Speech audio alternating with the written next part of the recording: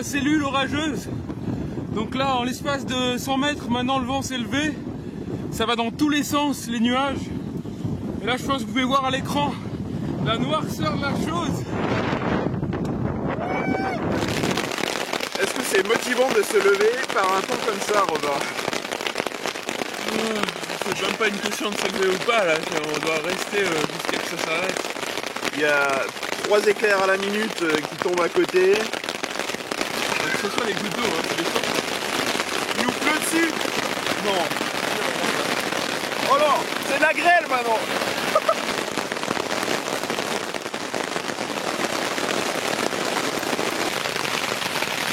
Morale au top.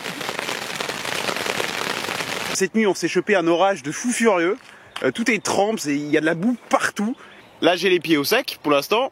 Mais là, il va falloir partir soit là-bas, soit là-bas, soit là-bas, soit là-bas. Et dans tous les cas, ce sera dégueulasse. On a Robin qui est tout là-bas au fond, en train d'essayer de sortir de la boue.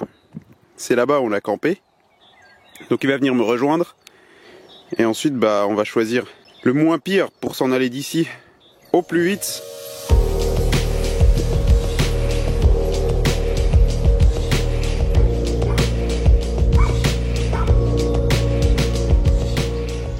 Voilà un petit aperçu des chemins hongrois de campagne.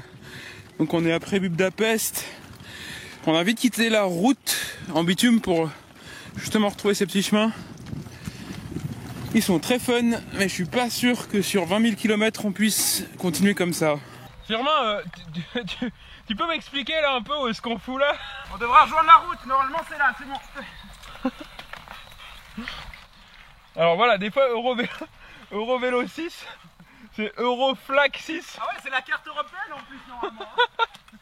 Attends, mais en trike là, mais je vais verser moi.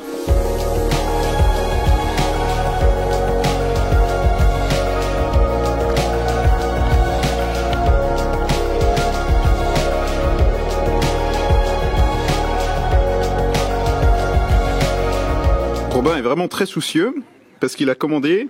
Qu'est-ce que t'as commandé, Robin? Un Tsökelebluff Tzatziki. Archi faux. C'est un Pizzkrang Grialesve Azaburgonia Tzatziki. T'étais pas loin. Tu n'as aucune idée de ce que c'est. Moi, je suis un peu moins joueur. J'ai vu le mot burger là, c'est le seul mot que j'ai pu reconnaître de la carte. Bon, alors c'est quoi? Alors, le Tchegelegbek, c'est un poisson en fait. Mais c'est cool quand même le suspense comme ça. Bon, puis moi, aux surprises, c'est un burger. Après ce délicieux repas pas forcément très traditionnel, on décide de le couronner quelques kilomètres plus loin d'un dessert un peu plus typique de la Hongrie, le kurtokalak, qui coûte la bagatelle de 600 forints, soit l'équivalent de 2 francs suisses. Ça commence à prendre de la couleur.